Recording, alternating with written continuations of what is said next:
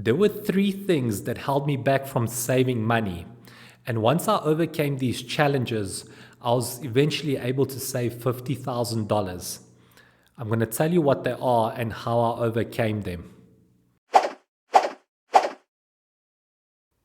Welcome to Finish First Financially. I'm Goran Radanovic. Back when I was struggling financially, I always thought that the way to save money is to get a salary increase or to find a higher paying job, because I was scraping by every single month and I thought that the solution was to get more money. And throughout the years, I received several raises and even higher paying jobs. Yet my financial struggles persisted. I just could never save money regardless of how much my income increased. And then once I looked at my behaviors and my attitude towards money, I found that there were three things that were really holding me back. And the first one is saving wasn't a priority for me. Now, how could saving money not be a priority to me or to you? We all say, of course, money is important. We want to save money. Yet our actions show otherwise. I valued material possessions much more than saving money. And I realized that once I assessed my lifestyle, I looked at the car that I drove. It was a luxury BMW. I lived in a very nice area. I liked the feeling that I got when people were impressed with the things that I owned. It gave me status and comfort, and I was really comfortable in this situation. I wanted to portray an image of success. I wanted people to think that I was successful. And I demonstrated those things through the material possessions, through the car, through the gadgets, through the place that I lived. And I liked that feeling. I really liked that feeling. And I wanted to go to a new level where I had more things and people were even more impressed by me.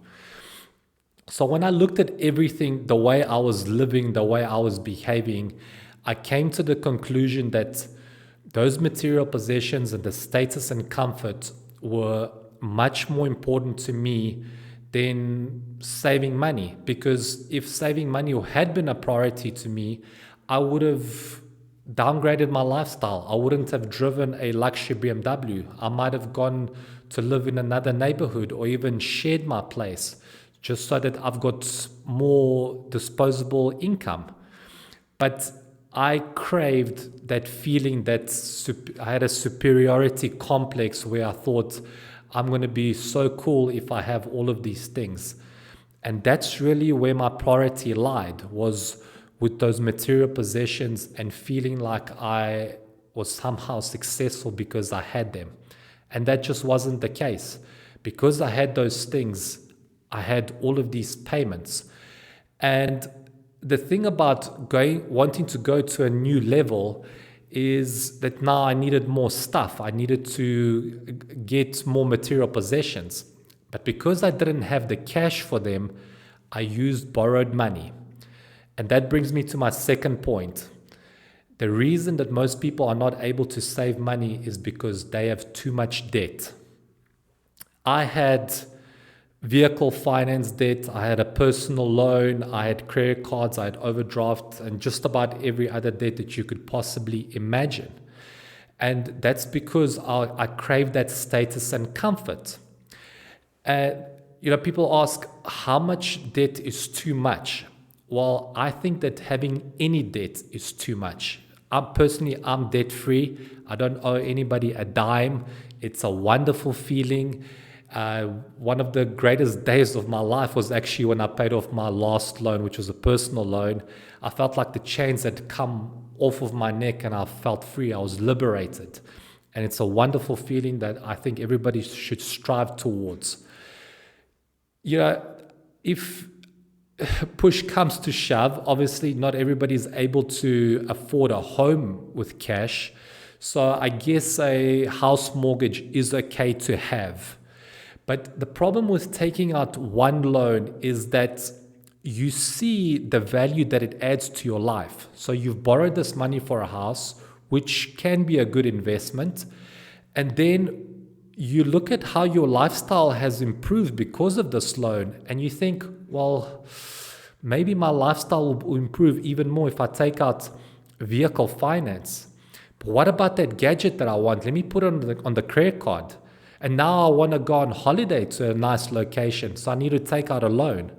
And that's where things spiral out of control. You just take on more debt and more debt. And even if you just take out one debt and you pay it off, you've got this reference experience that you've paid it off, and you think, well, let me take out another debt. And then you pay off the second debt, and you're just constantly in debt all the time. For most people who are struggling financially, they've got several kinds of debt. They owe plenty of creditors. When that money comes in, their income, their salary or revenue from the business, their profits, it comes in and then it's allocated to this creditor, that creditor, the third creditor, and they really don't have much disposable income to work with. They've got very limited funds, if any, to save. So having debt completely ruins your finances. The third one, which I think is actually the biggest one, is that I wasn't conditioned to save. And now think back when you were small and you jumped into the pool for the first time, how uncomfortable it felt. You were probably flailing your arms, you were scared, the water was cold, you felt out of your comfort zone. This wasn't a territory where you felt comfortable. But the more you did it, the more you jumped into the pool, you came back the second day, it felt more comfortable. The water was warmer, and you just kept doing that until the point where it became second nature. And that's exactly how it is with saving money. Saving money is a habit that you form over time. So the more that you're able to keep up this habit, the more entrenched it becomes in you. It's actually kind of becomes part of your character. This is who you are now that you've been saving for a long time. You've gone from being a spender to being a saver. And the way to know when that transition takes place is if you're a saver and you receive that salary increase, the first thing that a spender thinks is, oh, great, now I've got more money to spend. They always look for ways to spend that additional income, which brings them back to square one. They're never, ever able to save money because they're just constantly looking for instant gratification to spend their money on, which leaves them without any money to save. A saver is going to look for ways to back out of a purchase or look for a cheaper alternative, because savers value growing their net worth much more than instant gratification. They look for ways to push out a purchase or completely discard it. They love the feeling of taking that money and believing that putting it in savings or investments so that it can grow. That's what they derive pleasure from. And if you do that enough times over a certain period, that becomes your habit. It becomes entrenched in your core. This is now the new person that you've become. And you might be thinking, well, yeah, that sounds great and all, but I'm living month to month. How am I able to save? How can I even develop the habits of saving if I don't have any money to save? All of us can reduce our expenses in some way. And in many cases, we can eliminate certain expenses. We're probably going to have to downgrade our lifestyle, but that's just the road that we need to take in order to have money at the end of the month. Reduce your expenses, look for expenses to eliminate which you really don't need, and that will enable you to have some savings at the end of the month. That regardless of how small the savings is, what's important is that you've got something to save. That small savings will eventually grow to a bigger savings even when your income increases. So when that happens, you're going to have, the first thing you're going to think is, now I've got more money to save, not I've got more money to spend. So with time, the savings will increase. The portion that you're able to dedicate to savings will increase. But what's important now is for you to develop the habit of saving.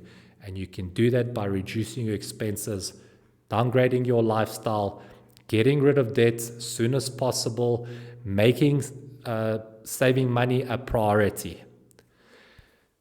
So those are the three important things that definitely help me to overcome this